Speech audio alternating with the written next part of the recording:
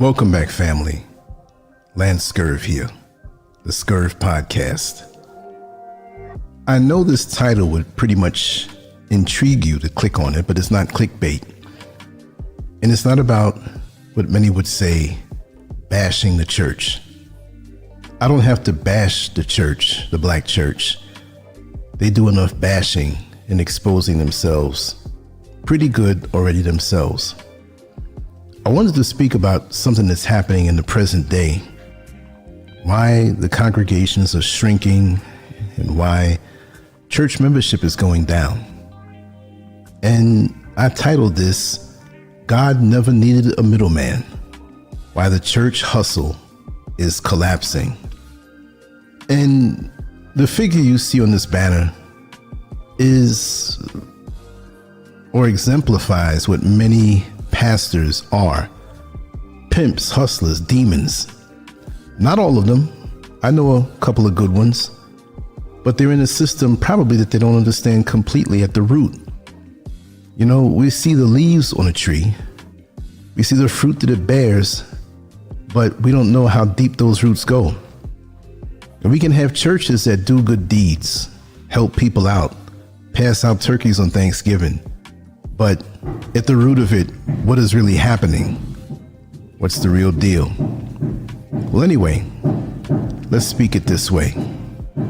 I put down a few notes that I wanted to share, and I have a lot of work going on here, but I'm not going to let that stop me. So you may hear some banging in the background. But for decades, the black church was seen as untouchable. It was more than a building. It was a refuge, a cultural center, and a place where survival itself was organized. But something has changed, and the change is quiet, steady, and irreversible. Young adults are not storming the doors in protest. They are simply leaving and not coming back. This shift is often framed as a loss of faith, but that explanation does not hold up under honest examination. People are not abandoning God. They're abandoning systems that no longer feel honest, accountable, or aligned with truth. The silence from the pews is not rebellion. It's discernment.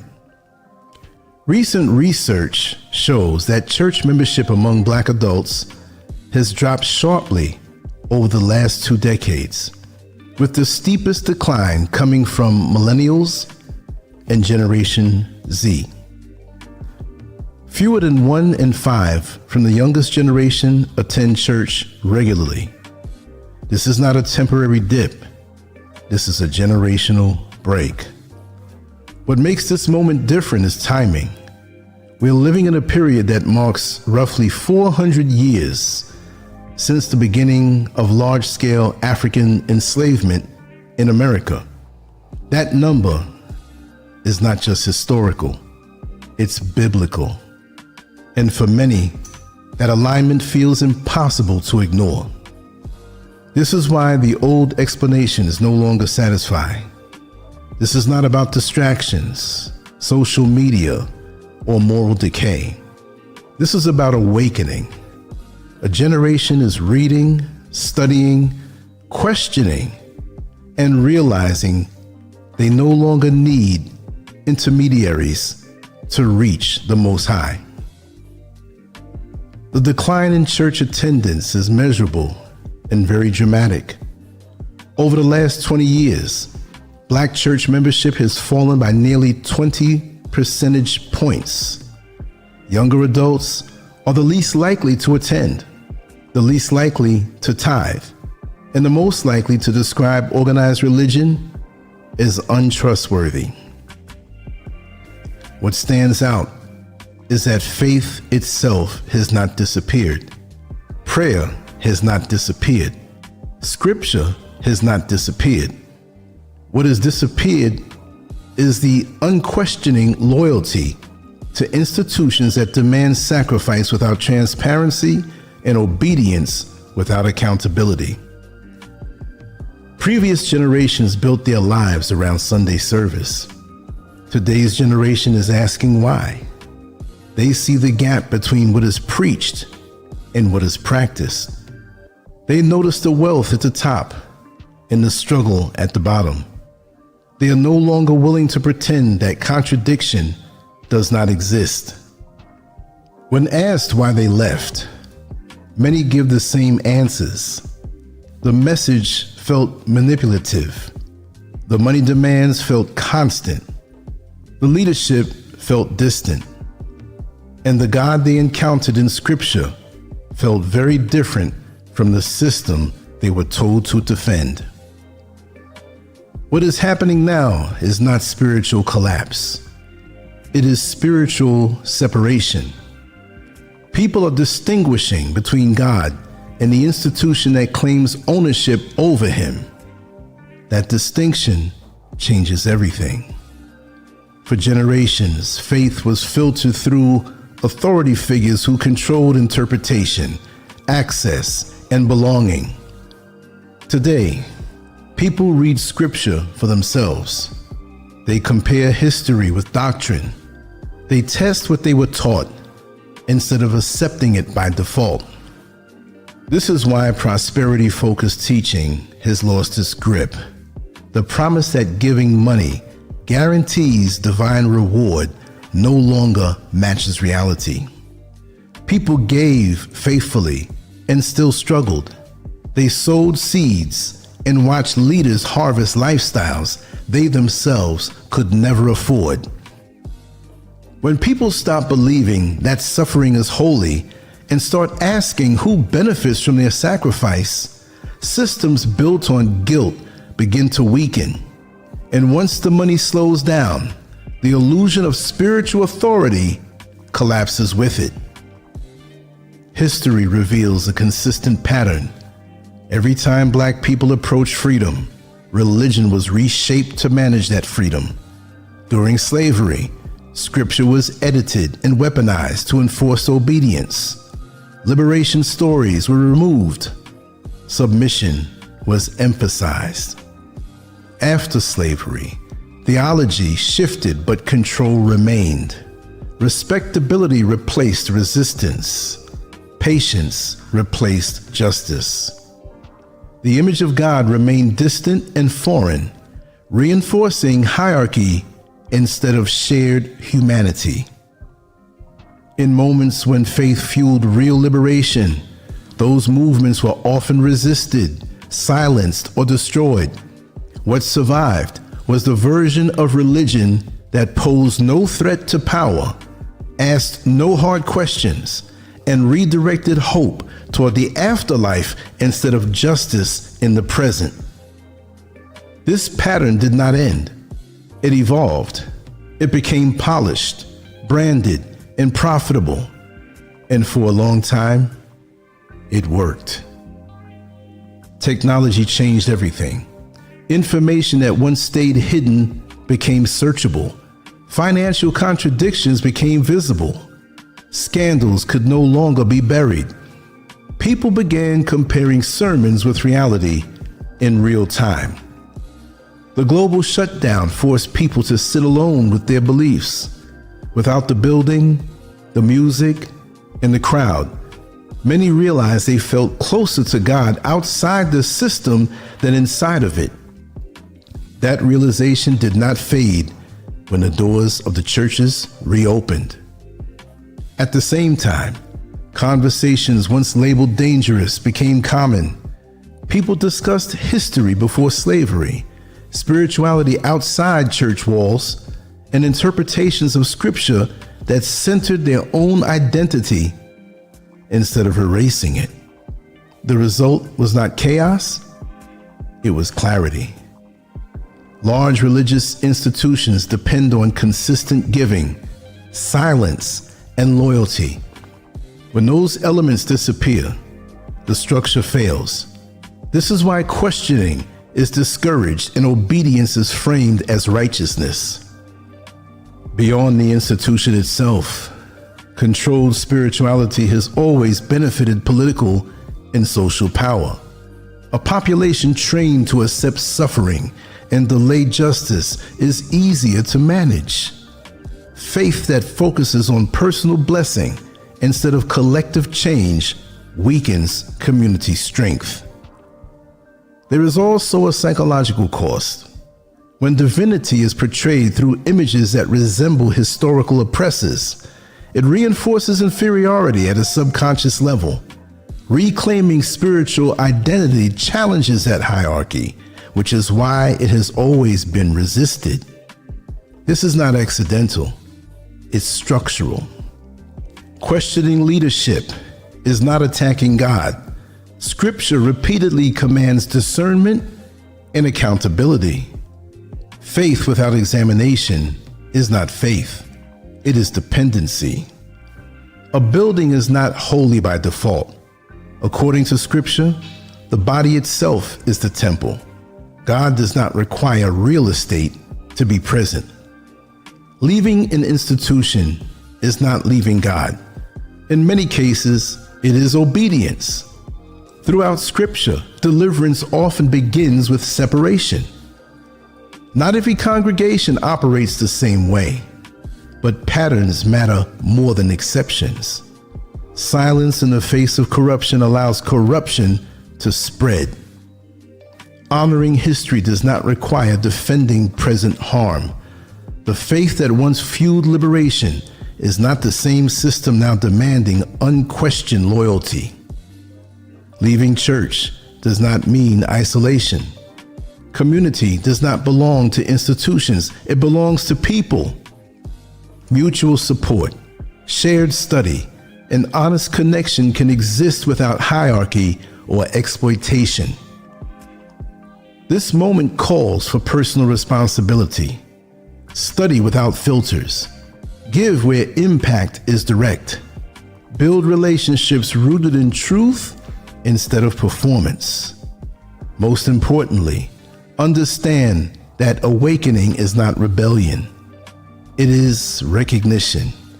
The restlessness many feel is not confusion, it's alignment. A generation is not walking away from God. It's walking toward truth. The timing is not random. History, scripture, and lived experience are converging. 400 years marked a beginning. 400 years also marked an end. What follows is not destruction, it is correction. Faith was never meant to enslave. It was meant to liberate. What happens next depends on what people choose to do with what they now see. And so many eyes are opening. Again, this is not blaspheming God himself. We're speaking about a system that has been altered to keep us obedient, to keep us not questioning, while other people benefit monetarily and power-wise. And we don't question anything. We were like sheeple. And the younger generations are not going for it. I saw this a long time ago. I know the black church very well, and I've always tried to overlook its flaws. But when you see people who consider themselves or call themselves church members, church deacons, people who have position in the church right up to the pastors, who do not call out others in that hierarchy when they do wrong and are arrogant as though they are righteous, then the whole system sucks. I mean, even if it doesn't seem like it's close to the situation, you may have a pastor who's way out in Arkansas and another pastor who's in Oakland, California doing dirt. That pastor in Arkansas has got to stand up and call him out. Look, we all have been in a swimming pool. And we know that swimming pools, people sweat, things come out of our bodies. But if you knew for a fact that there's a 20-foot swimming pool and somebody's openly urinating in it 20 feet down, standing on the edge and just pissing in the pool, would you get into that pool because it was way over there? No, it's all connected. These churches, no matter what the denomination, they're connected. We have social media, and certain things need to heal themselves. But it's too late. Too much damage has been done. This is 2026, y'all. This is 2026. And what we call the Black church today is far different from what it was in yesteryear, when we went there, not knowing if we were going to be alive the next week, when it was in the time of slavery. We didn't know. It was not only our social place of gathering, but a spiritual gathering, a place where we felt a little freer. The shackles and the chains were a bit more loose on us, even though we had that white man in the church watching over us, because they did not want us to get together and start talking revolutionary talk, right? They always have to monitor us. And this is why today social media was given to us, because we fall into the trap of telling our plans and telling our business. And that same oppressor is listening to everything we say. No matter the fact if it's an email, a text message, they watch us because they know that their time is coming to an end to rule over us. And they don't want to give up that rule. They don't. And this is why they come after us so hard. This is why they try to, how can I say it? Keep us from procreating. Yeah? Keep us from multiplying. They don't want us to, I can't say take over, because this is our planet anyway. But genetic annihilation is very real in their mind. And they're the world minority. Already they're the world minority. It's just a matter of time. So they've used everything possible, especially religion, the man-made religion. Imagine using something that's supposed to be divine against us, to keep us accepting suffering, to keep us accepting this inferiority complex, the curse of Ham. Imagine that. When they're the ones who are cursed. Look at how they act anywhere they go all over the earth. And they got us with this religion. It's big time here in the motherland. When that breaks, it's all over. But they got us screwed on a psychological level. And they have us rewired. So we don't seek justice here and now. We wait for it in the afterlife. Isn't that something? We wait for it after we die, but they can have it and control everything unfairly right now, and we accept it. That has always been to me something really, really stupid. It's been something stupid. And we're afraid to go against anything that looks like that manufactured image of the Son of God. And they put that in our face so much. So when they show up, we already start to kneel. We already start to bow down in front of this image. Boy, they're so slick. They really mind F-U-C-K'd us really good. And what really pisses me off are these pastors who know better. They're trained to keep this thing going. Just like a car dealer took classes and they trained them on how to sell a vehicle. When these people go to the schools of theology, they are taught certain things. There's certain secrets they know. The secret handshake boys and those stars of females from the eastern side, if you know what I mean. They know a little more. They're given a little more privilege because those are the gatekeepers. Oh, maybe I'm saying too much. And we foolishly flock to them and want to be like them because we see that they have a little more than the average person who's so submissive because suffering is holy. The hell it ain't. If I work hard for something, I have to have my just due now. If somebody violates me, I need to be able to straighten out the situation now. Forget the hierarchy. Forget what they say we must do. Because you see, that oppressor would walk different if he knew that we were empowered that way on a divine level. You don't see them walking up to a lion. The lion's going to bite the mess out of him and shoot him up, kill him. But we're so passive.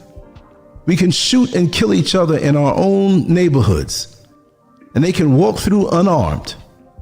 And I'm not saying to do anything to anybody, but we don't have that same energy for them, especially those who are coming against us obviously and covertly. We've got to reject the whole system. And we're speaking about the religious system right now. We're not talking about spirituality and God himself. No, we're not, because we're born with that in us. They say America's a Christian nation, but when you turn the TV on and look at the things that come from that place online, you would think it's Sodom and Gomorrah. But they tell you it's a Christian nation. In God we trust, on the dollar bill, on the money. What God you talking about? Look at the action. Am I going to look at a banana tree and tell you it's a mango tree? No. It's obvious by the fruits that it produces. Look at the fruits that America and all of these countries in the West, look at the fruits they produce, but they're telling you it's one thing and you're believing it, but you're tasting another. They're telling you it's a sweet mango, but you're tasting a sour lemon. And we still fight to want to be up next to them. I'm the first black person in my subdivision. Really? Why don't you go drink a glass of poison? Since that's what you're doing anyway. These people don't love you. They don't love us. And I really don't care. I'm so far away from them. I'm in the motherland right now. But I'm speaking from experience in all the decades that I lived in that place called America. And I hear how it is in Europe. Wherever they are, you have to accept a certain amount, a certain percentage of their abuse and hush hush about it. No. The fact of the matter is that they've used religion against us, and we eat that slop that they prepared for us. They've taken out books of the Bible, emphasized certain scriptures. Again, I'm not against God. I'm all for God. But if we move in a righteous way, in a way that's too righteous and too divine, where we protect the lives that we were given and gifted, I'm so happy right now. I'm a little amped right now, but I'm very happy. I know I'm healthy and happy. I woke up, I was amped up, I'm laughing, acting stupid in a good way, playing music and having good memories and laughing at old jokes, thinking about old friends that are here and some who have gone. Life is a gift and I'm so appreciative of it. But in that, because I appreciate it, I'm not going to let anybody take it from me, poison me with their foods, poison my children and poison my mind with the crap that they put out there to slowly convince us that, oh, this is the right way to go. Whatever the divine way is, they always are trying to pull us the other way. There's a certain hierarchy of family the way it should be, but they want to push alternative lifestyles, and we all have the right. Look, everybody has the right to go on the bridge and jump off the bridge. Everybody has the right to go and stick their finger in an electrical socket while they're standing in the bathtub. If you want to electrocute yourself or jump off a bridge, fine. But why are they pushing these things? Why are they pushing it? And they always aim the crap on us first. They always applaud us first for exemplifying the filth that they put out, and people are scared to say anything about it. And I tell you, some people who are scared to say something about it, these damn pastors, because they got them in the pocket. These pastors can't say anything about true righteousness in America. They can't do it. And the world follows America. Even though America is losing its grip on a cultural level, they are following America. The influence of America is great. I'm going to tell you that much. It's probably the only great thing left about it. But what they're great about is nothing righteous. The veils are being pulled away. The covers are being pulled away from over the eyes of the people, even the folks who lived there. The walls are closing in, and religion is losing its grip. And the younger people and some of the older people are waking up. Now it's time to enlighten the other people out here and get them hip to the game of what's been going on, to remove the shackles of religion. Because like I said in the very beginning, God never needed a middleman. It's a direct connection. Like you see a satellite dish pointing to the satellites in the sky, direct. You don't need anybody else for that.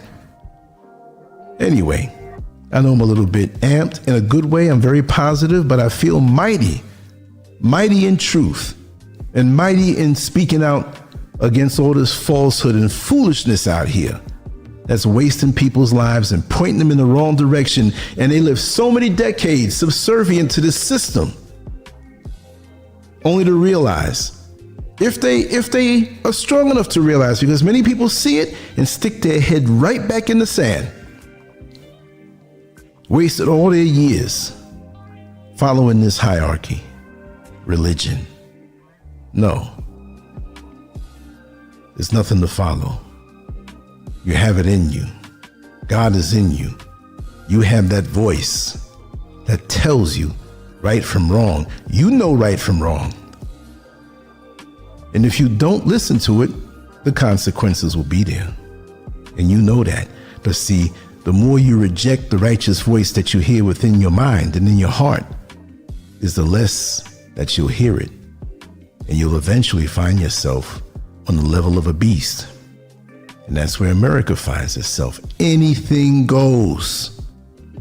And the people who are supposed to be all about truth, many of them are fearful, because if you speak out against it on social media, the so-called powers that be are going to help you to lose your job and make it where you're blackballed and can't find a way to earn a living.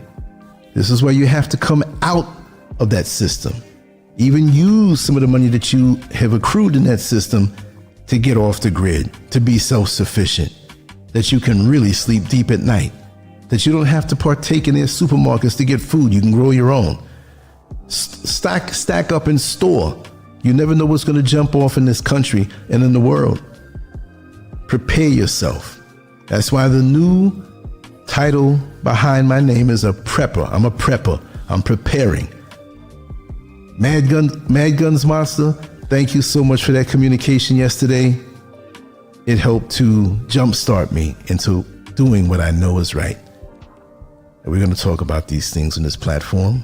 I'm not going to hold up too much of your time. I know you all have other things to do, and I'm so thankful for you passing through.